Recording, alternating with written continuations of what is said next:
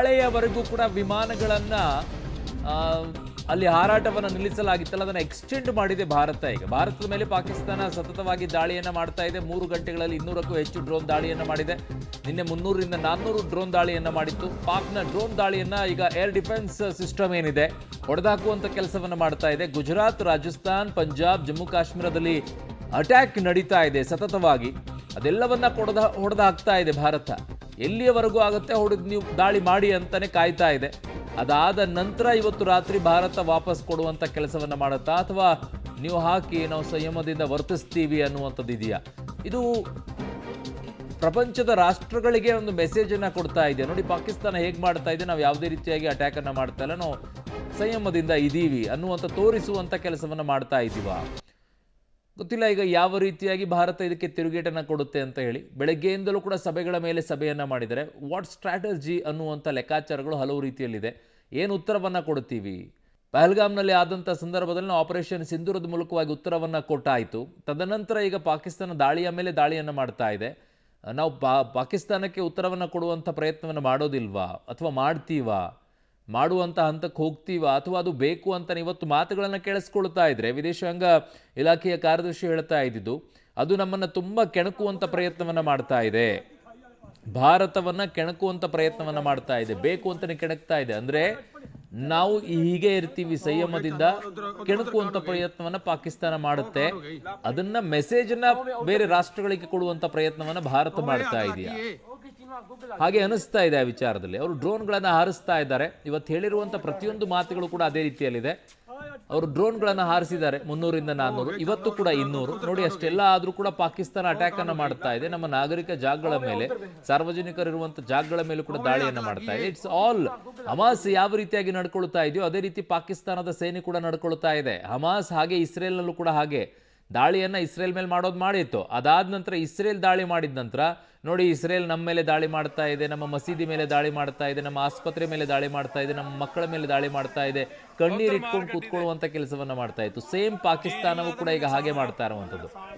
ನನ್ನ ಸಹೋದ್ಯೋಗಿ ರಾಘು ನನ್ನ ಸಂಪರ್ಕಕ್ಕೆ ಸಿಗ್ತಾ ಇದ್ದಾರೆ ನೇರ ಸಂಪರ್ಕದಲ್ಲಿ. ರಾಘು, ಒಂದು ರೀತಿ ಪಾಕಿಸ್ತಾನ ತನ್ನ ಕಂತ್ರಿ ಬುದ್ಧಿಯನ್ನು ಬಿಡುವಂಥ ಲೆಕ್ಕಕ್ಕೆ ಕಾಣಿಸ್ತಾ ಇಲ್ಲ. ಹಮಾಸ್ ಹೇಗೆ ನಡ್ಕೊಳ್ತೋ ಇಸ್ರೇಲ್ ಜೊತೆಗೆ, ಹಾಗೆ ಪಾಕಿಸ್ತಾನವೂ ಕೂಡ ಈಗ ಭಾರತದ ಜೊತೆಗೆ ನಡ್ಕೊಳ್ಳುವಂಥದ್ದು. ಅಲ್ಲೂ ಕೂಡ ಹಮಾಸ್ ಈ ರೀತಿಯಾಗಿ ಕ್ಷಿಪಣಿಗಳ ದಾಳಿಯನ್ನು ಸತತವಾಗಿ ಮಾಡ್ತಾ ಇತ್ತು. ತದನಂತರ ಶೆಲ್ಟರನ್ನು ಪಡ್ಕೊಳ್ಳೋಕ್ಕೋಸ್ಕರ ಆಸ್ಪತ್ರೆ, ಅಲ್ಲಿರುವಂಥ ಜನರನ್ನು ಬಳಕೆ ಮಾಡೋದು, ಮಕ್ಕಳನ್ನು ಬಳಕೆ ಮಾಡೋದು, ಹೆಣ್ಮಕ್ಳನ್ನು ಬಳಕೆ ಮಾಡ್ಕೊಳ್ಳೋದು. ನೋಡಿ, ಹೀಗೆ ದಾಳಿ ಮಾಡ್ತಾ ಇದ್ದಾರೆ, ಹಾಗೆ ದಾಳಿ ಮಾಡ್ತಾ ಇರ್ತಾರೆ, ಕಣ್ಣೀರಿಡುವಂಥ, ಮೊಸಳೆ ಕಣ್ಣೀರನ್ನು ಹಾಕುವಂಥ ಕೆಲಸ. ಸೇಮ್ ಹಮಾಸ್ ಉಗ್ರರಿಗೂ ಮತ್ತೆ ಪಾಕಿಸ್ತಾನದ ಈ ಸೈನಿಕರು ಯಾವ ವ್ಯತ್ಯಾಸವೂ ಕೂಡ ಈಗ ಸದ್ಯಕ್ಕೆ ಕಾಣಿಸ್ತಾ ಇಲ್ವಲ್ಲ? ಖಂಡಿತವಾಗಿಯೂ ಅರುಣ್ ಗಮನಿಸಬಹುದು. ಯಾಕಂದ್ರೆ ಪಹಲ್ಗಾಮ್ ಅಟ್ಯಾಕ್ ಆದ ಬಳಿಕ ಭಾರತದ ಮೊದಲ ಏರ್ ಸ್ಟ್ರೈಕ್ನಲ್ಲೇ ಬಹಳ ಸ್ಪಷ್ಟವಾಗಿ ಹೇಳಿತ್ತು, ನಾವು ಯಾವುದೇ ಕಾರಣಕ್ಕೂ ಅಲ್ಲಿನ ನಾಗರಿಕರು ಜೊತೆಗೆ ಅಲ್ಲಿರುವಂತಹ ಆರ್ಮಿಗೆ ಸಂಬಂಧಪಟ್ಟಂತೆ ಯಾವುದೇ ರೀತಿಯಾದಂತಹ ದಾಳಿಯನ್ನು ಮಾಡೋದಿಲ್ಲ, ಭಯೋತ್ಪಾದಕರ ಮೇಲೆ ಮಾತ್ರ ನಾವು ದಾಳಿಯನ್ನು ಮಾಡ್ತೇವೆ ಎನ್ನುವಂಥ ಸ್ಪಷ್ಟ ಸಂದೇಶವನ್ನು ನೀಡಿಯೇ ದಾಳಿಯನ್ನು ಮಾಡಿತ್ತು. ಅದಾದ ಬಳಿಕ ಪಾಕಿಸ್ತಾನ ಪ್ರತಿದಾಳಿಯನ್ನು ಮಾಡುವಂಥ ಸಂದರ್ಭದಲ್ಲಿ ಈಗ ಬಹಳ ಸ್ಪಷ್ಟವಾಗಿ ನೇರವಾಗಿ ಭಾರತದ ನಾಗರಿಕರು ಜೊತೆಗೆ ಭಾರತೀಯ ಸೇನೆಯನ್ನು ಟಾರ್ಗೆಟ್ ಮಾಡಿ ಈಗ ಫೈಟ್ ಮಾಡೋದಕ್ಕೆ, ಅಂದರೆ ದಾಳಿಯನ್ನು ಮಾಡೋದಕ್ಕೆ ಮುಂದಾಗ್ತಾ ಇರುವಂಥದ್ದು ಬಹಳ ಸ್ಪಷ್ಟವಾಗಿ ಗೊತ್ತಾಗ್ತಾ ಇದೆ. ನಿನ್ನೆ ಇವತ್ತು ಜೊತೆಗೆ ಈಗ ಆಗ್ತಾ ಇರುವಂತಹ ಬೆಳವಣಿಗೆಗಳನ್ನು ನೋಡ್ತಾ ಹೋದಂಥ ಸಂದರ್ಭದಲ್ಲಿ ನೇರವಾಗಿ ಟಾರ್ಗೆಟ್ ಮಾಡ್ತಾ ಇರುವಂಥದ್ದೆಲ್ಲವೂ ಕೂಡ ನಾಗರಿಕರು ಜೊತೆಗೆ ಆ ನಗರಗಳನ್ನು ಟಾರ್ಗೆಟ್ ಮಾಡ್ತಿದೆ. ಮುಖ್ಯವಾಗಿ ಗಮನಿಸಬಹುದು, ಭಾರತದ ಗಡಿಯ ಪ್ರದೇಶದಲ್ಲಿ ಇರುವಂತಹ ರಾಜ್ಯಗಳ 25, 30, 36 ಈ ರೀತಿಯಾದಂತಹ ನಗರಗಳನ್ನು ಟಾರ್ಗೆಟ್ ಮಾಡ್ತಾರೆ. ಇವತ್ತಿನ ಸುದ್ದಿಗೋಷ್ಠಿಯಲ್ಲೂ ಕೂಡ ಭಾರತೀಯ ಸೇನೆ ಮುಖ್ಯಸ್ಥರು ಇದೇ ವಿಚಾರವನ್ನು ಸ್ಪಷ್ಟಪಡಿಸ್ತಾರೆ.